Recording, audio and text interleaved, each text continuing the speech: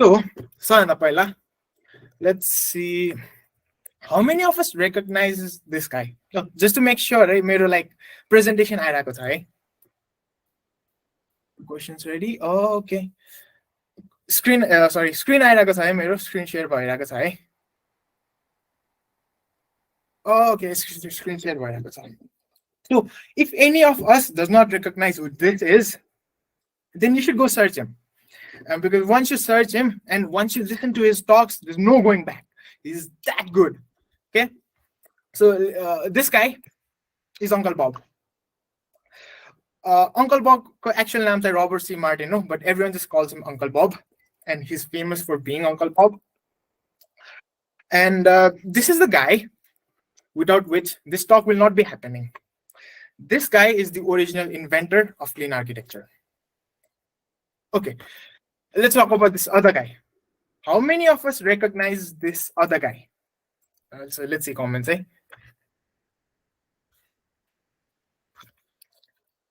Anyone? So this other guy is also that other person without which this talk would not be happening. This guy is Dr. Ivar Jakobsen. It's spelled Jakobsen, but it's written with a J, and he's a computer scientist, and he's the author of the book Object-Oriented Software Engineering, a use case driven approach. And Uncle Bob, by the way, Uncle Bob is the author of clean architecture. This is where clean architecture is originally invented from. Clean architecture basically uses a use case driven approach, which was written by Ivar Jakobsen. And clean architecture was written by Robert C. Martin. Now, what is a use case? Weird word. You've probably not heard about it. But if there is anyone in the audience that has been doing agile, then you probably heard about user stories. User stories is basically what does a user want to do when they're using your software. That's a user story. And user story is basically use case. It used to be called use case before, and then some people came along and did this agile thing and all of that. And this use case became user story. And people now know user story and they just forgotten about use cases. Use case is basically user story. Now, if you have not read these books are really, really good. You should go find it. You should go read it. Now, let me talk about this story. On the left of my screen share, that is VS Code. And to my right, or to my right actually, is Flutter extension. Which one is in which one? Which one knows about the other? Let's think about this. Oh, and let's actually go back one slide again. So these books and these guys, does anyone think that these guys were doing Flutter back then? Flutter is relatively new. These guys are very old. What does that mean? Clean architecture, I just said, comes from this book called Clean Architecture. Flutter was probably not invented back then. So what's going on? This means that clean architecture transcends any framework, any language. It doesn't matter what language you're using. It doesn't even matter which framework you're using. And you can still have clean architecture. Let's talk more about that later. So, back to this story. So to my left, VS Code. To my right, Flutter extension. See, clearly VS Code must know about Flutter extension, right? Once you open VS Code, when you raw install VS Code, there will have Flutter extension, and you can actually install the Flutter extension later. What's going on? How can you do that? This must mean that let's think for a while. You are a VS Code developer. Think about it. If you are a VS Code developer and you write VS Code code itself, it doesn't know about Flutter extension, right?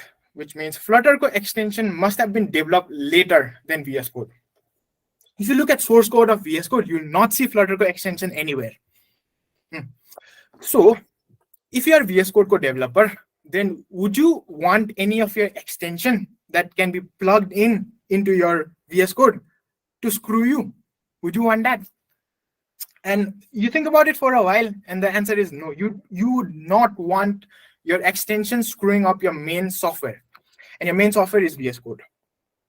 That's actually the same in software all over the place. Eh? Just think about it. It's like common sense. Okay? If you have a software, then you don't want external things screwing up your software. Now, when you're normally making software, then त्यसको लागि you need to have some kind of a logic, and this logic is called business logic. Eh? त्यसपछि everything else is the outside world. You have your UI. UI भन्नाले anything that users can interact upon. That's the external world. You have a database where you store data. That's the external world. And you don't want these external worlds screwing up with your business logic. And that's the main idea. Okay. So how do you do that? How do you do that in code? Let's talk about that. If I have a module A that calls this other module B, then module A ko source code ma kasto huncha ta? Let's see that. Eh? So this is what it would look like. Eh? On my left, I have module A ko code. And if you look at module A ko code explicitly mentions module B.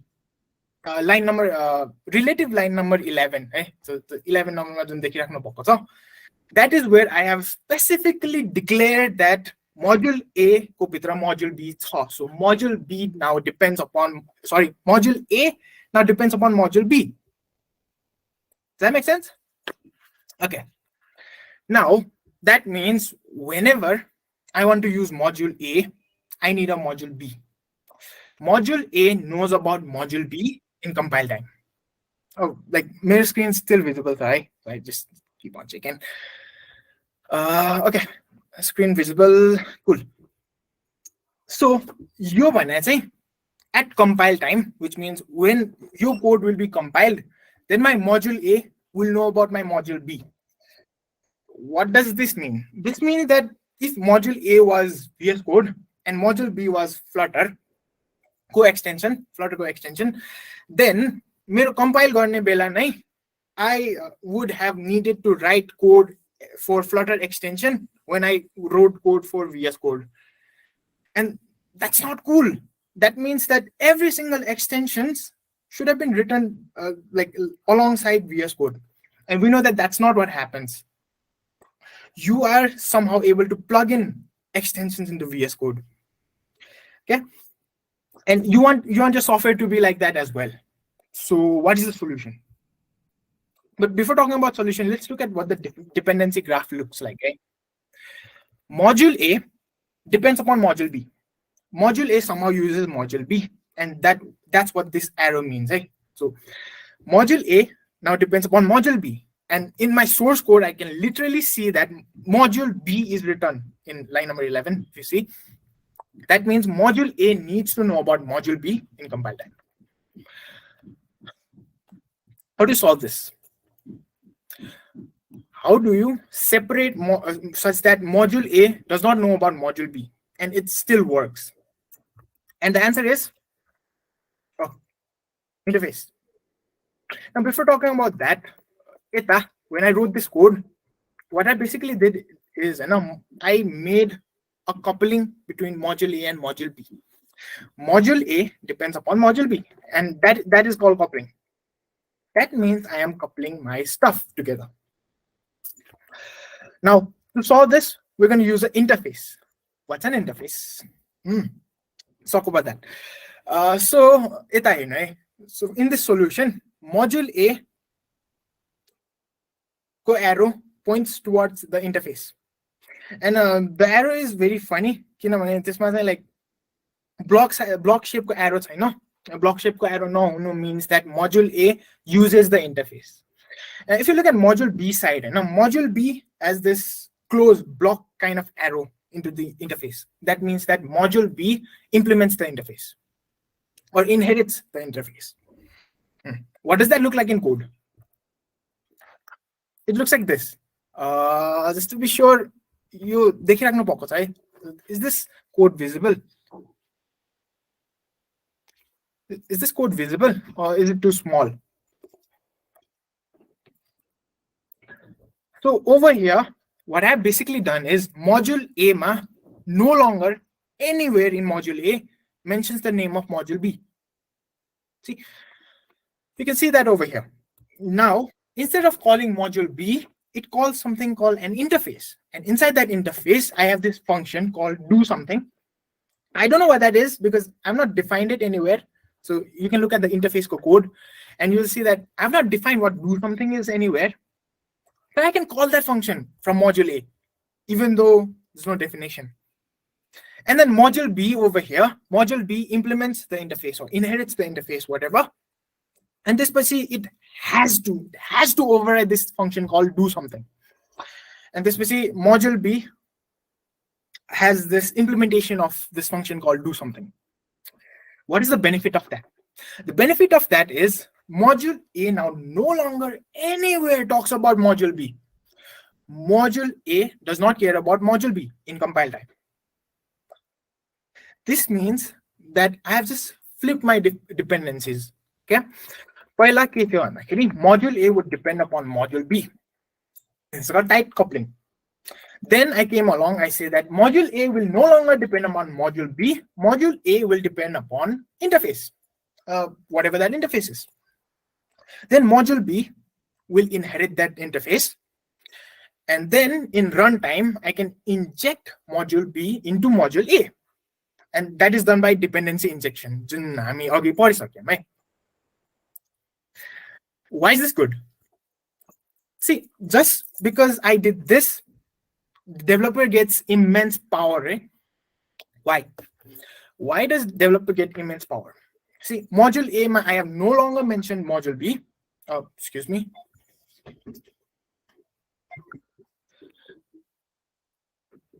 And that means I can have some other module X that implements the interface. And then in runtime, I can inject module X into module A. And I can change behavior of module A without really changing its source code. And that's basically what adding extension to VS Code is.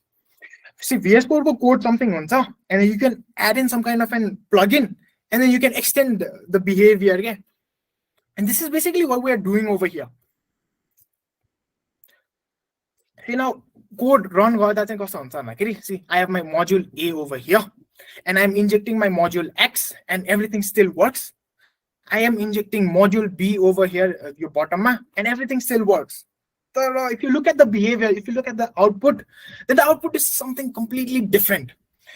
This means that I am dynamically able to change the behavior of module A without really changing its source code. Okay?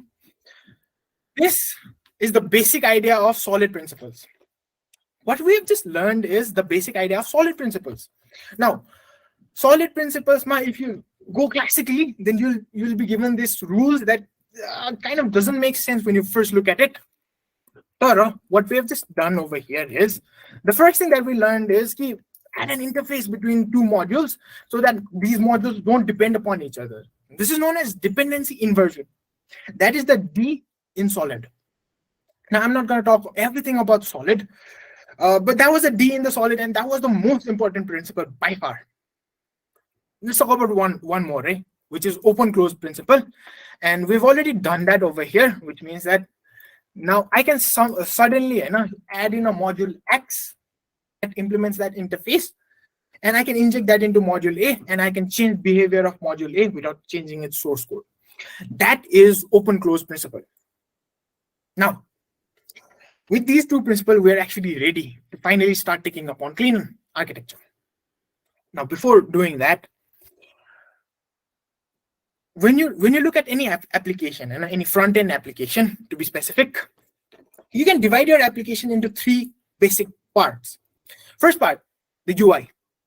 UI is whatever your users see. And this is the code you write in Flutter.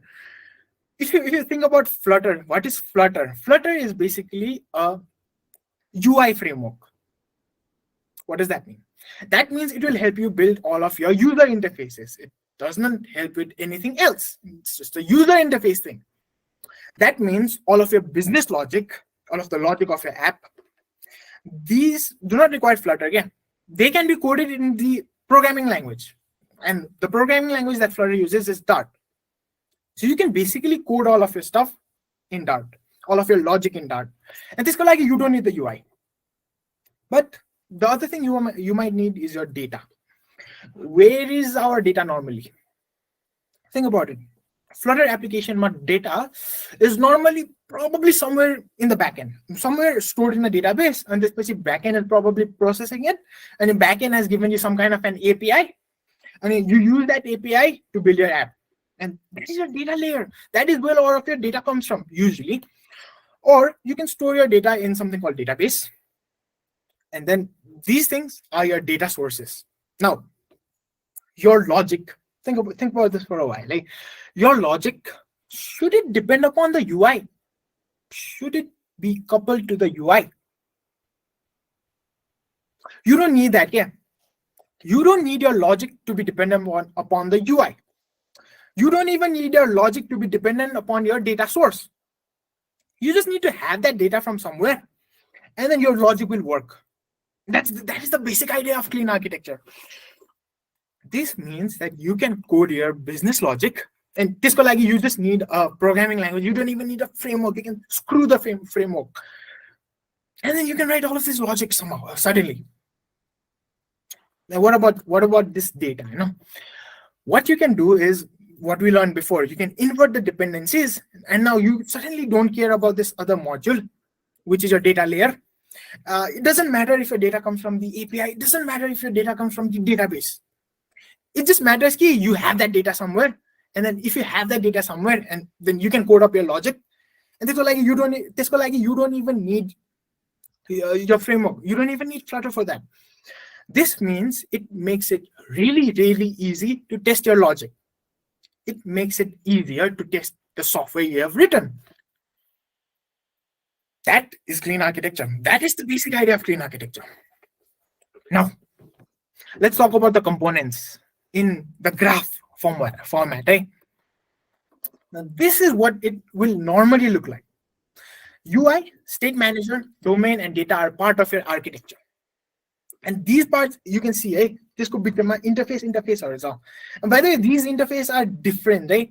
UI or state manager interface, it's different from the state manager or domain interface, and domain or data interface. And what that interface looks like depends upon what you are trying to achieve.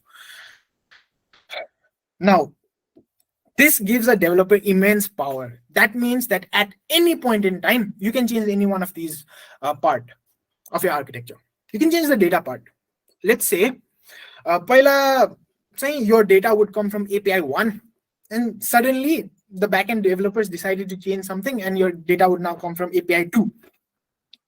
If you have followed clean architecture, that means that you just need to write some more code to connect to API 2, and you don't need to modify this other code. Yeah, open close principle. This also means that you can actually change your domain. You can actually change your business logic and then just swap it for something else, and everything will still work. You can change your state management logic, and it will not affect your UI. Okay, this is what the architecture means. So in real life, this will be pretty much like very good for this. Because you have to have that interface, you have to have the implementation for that interface, you need to have the UI, you need to have the domain and all of that. And by the way, this also means that you can change the UI anytime you want, right? Because UI just keeps on changing its software, and especially UI designers, they change UI for the smallest of stuff. And if you do it this way, that means that you can change the UI without really worrying about breaking anything else. That gives you power. Now, in real life, in ideal case, it would be really good to have it this way, having interface between each single part of your architecture. But in real life, it would be pretty damn complicated to code all of that stuff up, and it will take up a lot of time. So usually, this is what it looks like. Your UI is usually coupled to your state manager, which means you can use any state management block, KTEX, whatever. Your UI will be coupled to your state manager, and then you can just have your business logic separated out. Do I have time? Oh, I do. That's it. That's about clean architecture. But if any one of you goes ahead and then Google's clean architecture, this is not what you'll see, eh? Because this is specific to Flutter. Clean architecture doesn't care about Flutter. It just cares about doing stuff in software. So this is what normally you'll see when you Google clean architecture. Sushan, Azul. Sana interruption, right? Like we need to wrap up really quick, la. Okay. This is the end of the topic. So if you Google clean architecture, this is what it will look like. This is pretty complicated, but all this says is that your business logic is your core. Okay, your Bichako circle is your business logic and contains use cases, which comes from Ivar Jakobson's object-oriented software engineering. And then your UI, your databases, your APIs, everything, your blue circle. Everything is external world. You don't care about it. You just need to care about your logic, and everything else you can just plug it in. Like you can plug in Flutter plug in inside VS Code. That's how you code, and that's what clean architecture is. Now, if anyone wants to start in clean architecture, then I have these two repositories in my GitHub. You can check it out, and that's it. That's clean architecture, and this is me. I am Sushan Shakya, and you can Google me, by the way. So that's the end of the session.